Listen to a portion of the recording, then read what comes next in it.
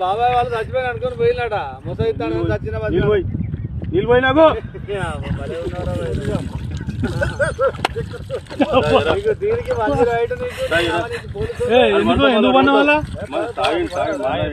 కాయ పండు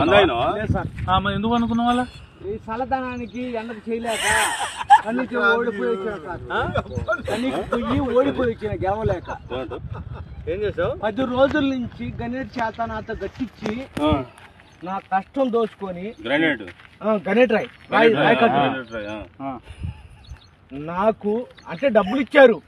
కానీ క్షమ